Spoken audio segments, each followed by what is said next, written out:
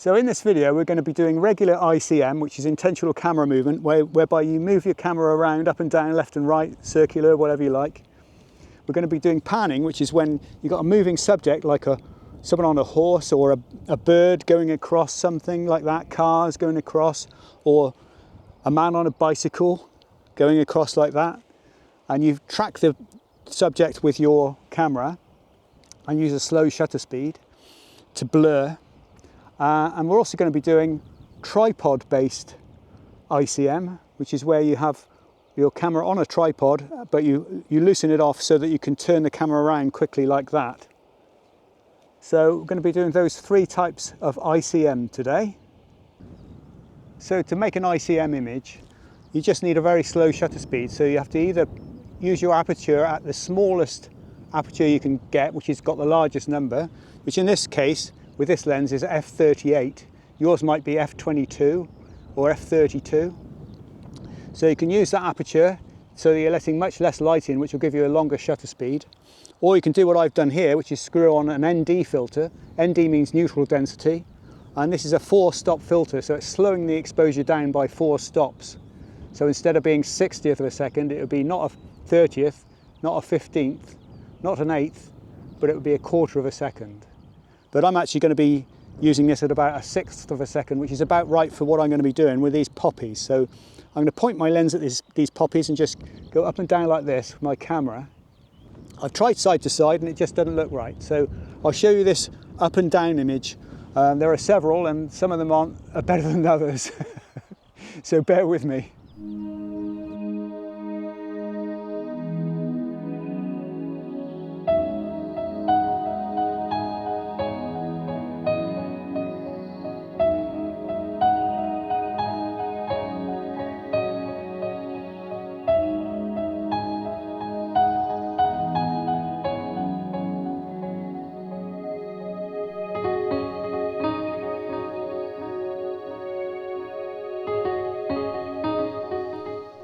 If you're in a bluebell wood, it's really easy. You just set the camera to about half a second or 1 second and experiment and just do this and just move the camera up and down during the exposure and you end up with something pretty wacky like that.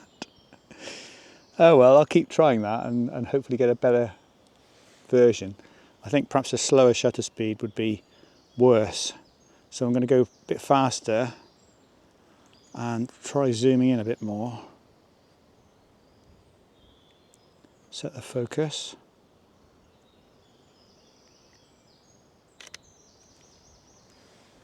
Oh yeah, that's much better. Yeah, can you see that?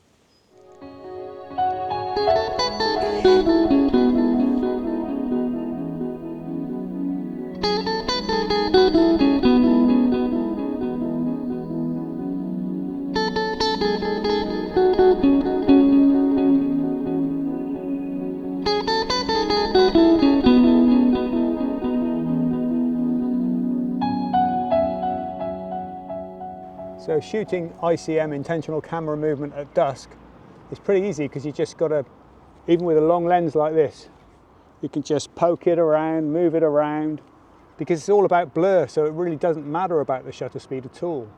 So if I point the camera at this building over here, I'm getting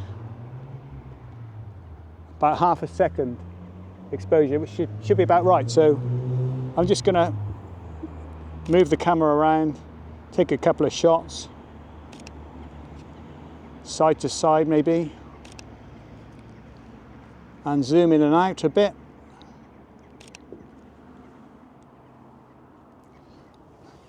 Pretty crazy, but hope you can see that.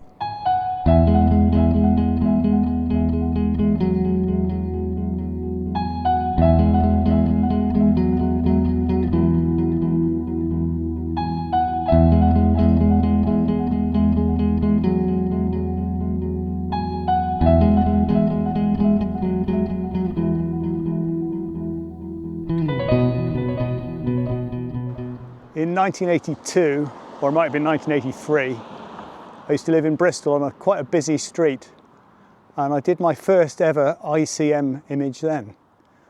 It wasn't called ICM back then, there wasn't even a name for it, but and I'm not trying to claim I was an original or anything, because I got it from a photography magazine back there in the 80s.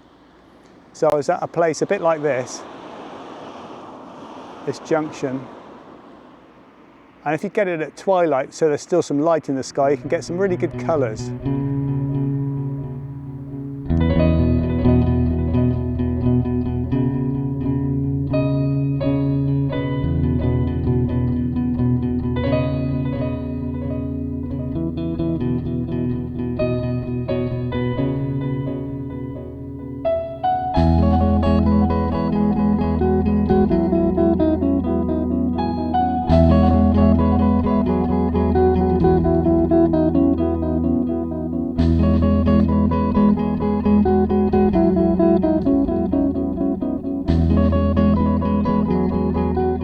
So I've gone up and down and side to side, and I think both pictures aren't very successful. They just look as though I was drunk when I took them.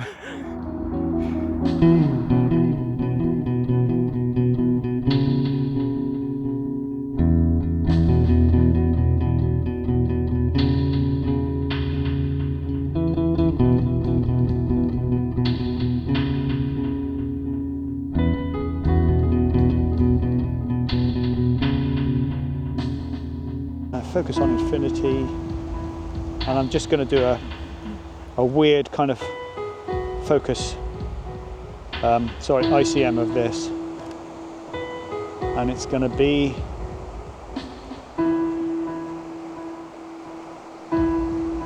at f32, so it could, anything could happen.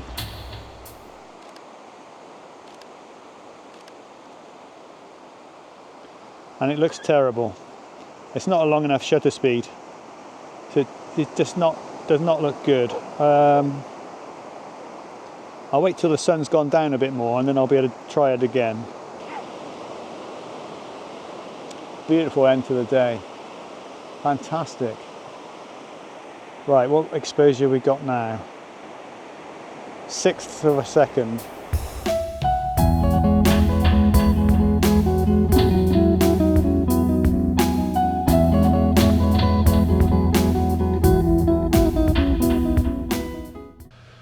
So these were shot in a shopping centre in Somerset, and it's quite dark in there compared to the outside, so it's quite easy to get a slow shutter speed. I don't think I even used a neutral density filter for these, and in fact I wasn't even looking through the viewfinder, so I was literally firing at people, you know, pressing the button halfway down to focus and then just moving the camera, so I wasn't even looking at the people, so they didn't even notice me, so everything was done candidly. This was an evening shoot in Falmouth in Cornwall, and it was, again at dusk, it's fairly easy to get slow shutter speeds. So I just look for bright coloured objects like this tent, and then I move the camera up and down or side to side. These people who had bright coloured clothes on or towels wrapped around them. These people were sat around a fire. So it's, you know, it's quite random the blur you get, but it's good fun to do it. These were of a shop window in Padstow. Pretty crazy. I'm not even sure if I like them that much, but the colours are great. So it's just a bit of fun, really. Now for this guy with the bike, this is panning, where you've got to actually track the person with your camera. So you move your camera around following the person, and then squeeze your trigger, squeeze your shutter down and fire just while you're moving, tracking with him. So you've got to keep the camera moving during the exposure, and this only really works when you've got a decent background which is quite cluttered. So you want something like the graffiti or street art that was in the background of this guy to be able to streak in the background. So slow shutter speed of around 1/15, 1/8 of a second, something like that, for panning with a moving subject. And this last few shots were done on a tripod, where I just loosened off the tripod so that I could move it from side to side, but keep it fairly level. so I had the horizon set level, so that then you could get fairly even lines across the scene. And this is, again, just a bit of fun, but you can get some really surprisingly good colours at sunset or at night, as in this last shot. So have a go at ICM, it's a lot of fun. Just every time you go out, you just have a think, oh, I'll just do a quick ICM of that. You never know what you get. Some of these images I'm really pleased with, and they're all just trial and error.